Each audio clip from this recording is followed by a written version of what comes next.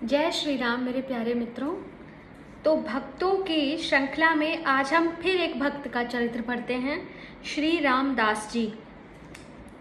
भक्त रामदास द्वारका से 7 कोस की दूरी पर डाकोर नामक गांव में रहते थे।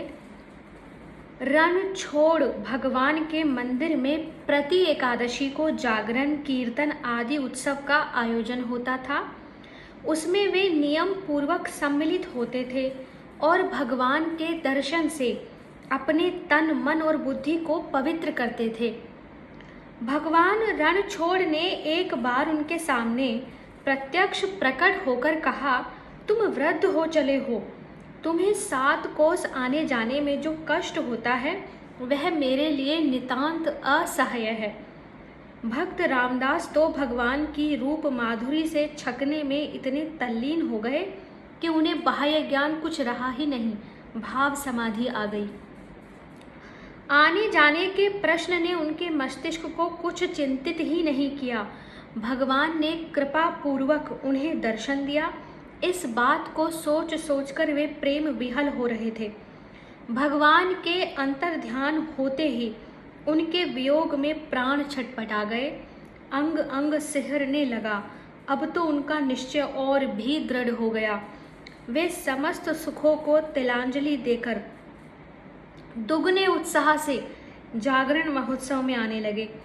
वे किसी भी मूल्य पर जागरण का आनंद छोड़ने के लिए अपने आप को समर्थ न पा सके।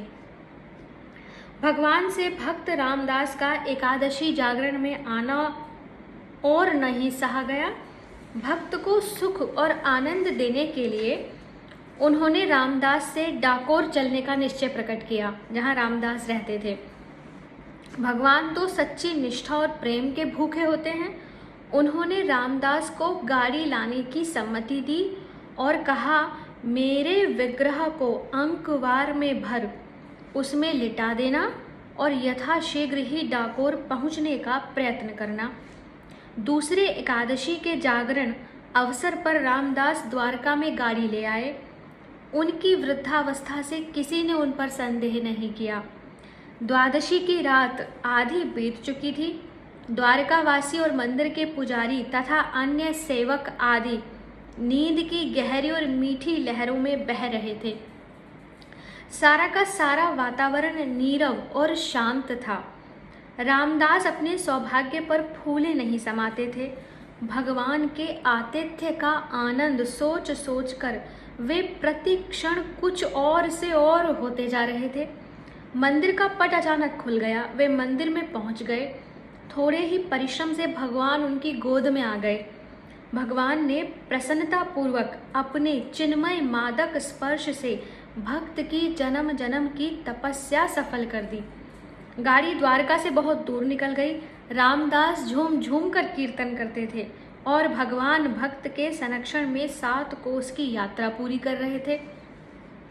सवेरा होते ही लोगों ने रामदास का पीछा किया। भगवान भास्कर की सुनहली किरणें पूर्व दिशा के अंचल में विहार करने ही वाली थी कि रामदास ने देखा कि कुछ लोग पीछा कर रहे हैं। उनके मस्तक पर पसीने के कण बिखर गए। वे किसी अनहोनी और भीषण घटना से रह रह कर आशंकित हो उठते थे। कभी प्रभु का श्री विग्रह प्रेम भरी दृष्टि से देख लेते तो कभी गाड़ी को तेजी से आगे बढ़ा देते। उन्हें पूरा पूरा विश्वास था कि प्रभु जो कुछ भी करेंगे उसी में मेरा परम कल्याण है।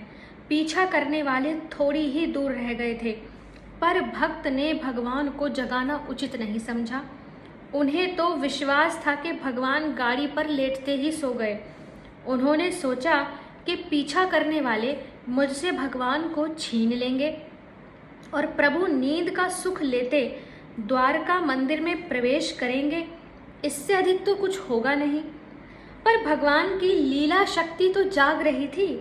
भक्त भयहारी रास विहारी ने कहा, तुम मुझे सामने की बावली में छिपा दो और जब पीछा करने वाले चले जाएं तब गाड़ी में रखकर डाकोर ले चलना। रामदास ने उनकी आज्ञा का पालन किया। पीछा करने वाले पुजारी आदि आ पहुंचे। बिना कुछ पूछताछ किए ही उन्होंने रामदास को मारना आरंभ कर दिया। भगवान की लीला शक्ति ने भक्त रामदास की दृढ़ निष्ठा और धैर्य परीक्षा की महिमा प्रकट करने के लिए दुष्टों को अपनी मनमानी करने दी, पर उन्हें दंड के ही माध्यम से भक्त के शरीर का स्पर्श मिल चुका था, अतः उनका विवेक जाग उठा। गाड़ी में भगवान का श्री विग्रह न पाकर उनके पश्चाताप का पारावार उमड़ आया। उन्होंने महापाप से भी भीषण भक्त अपराध कर डाला था। उन्होंने देखा कि बावली का पानी किसी के खून से लाल हो गया है। सत्संग का तो प्रभाव मन पर था ही, भगवान की लीला शक्ति ने अपना काम किया।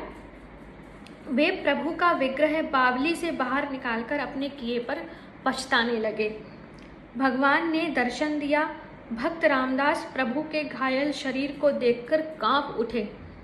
मेरे कारण उन्हें इतना कष्ट सहना पड़ा। उनका हृदय हाहाकार कर उठा।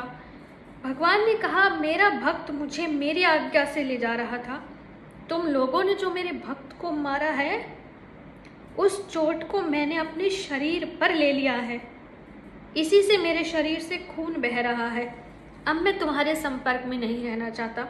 मेरी दूसरी प्रतिमा जो अमुक स्थान पर है, मंदिर में स्थापित कर भक्ति और प्रेम से अपना अंतःकरण पवित्र करो।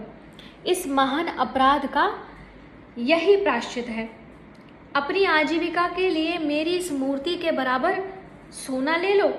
पुजारी लोग लोभवश राजी हो गए और बोले, तौल दीजिए। भगवान ने रामदास को आज्ञा दी, मेरे तौल के बराबर इन्हें सोना दो। भक्त अपनी दरिद्रता और असमर्थता पर कांप उठे। उनकी स्त्री के कान की बाली पलड़े में रखी गई, पलड़ा भारी हो गया। प्रतिमा उसकी तौल में हल्की हो गई। पुजारी तथा अभक्त दुष्ट अपना सा मुंह लेकर 9-2-11 हो गए। भगवान ने भक्त की इज्जत रख ली। भगवान रणछोड़ उसी दिन से आयुध छत की उपाधि से विभूषित हुए। अभी तक उनके घाव पर पट्टी बांधी जाती है। भक्तवर रामदास की भक्ति की महिमा का बखान तो भगवान रणछोड़ की लीला शक्ति ही कर सकती है। धन्य है भक्त रामदास। हरे कृष्णा।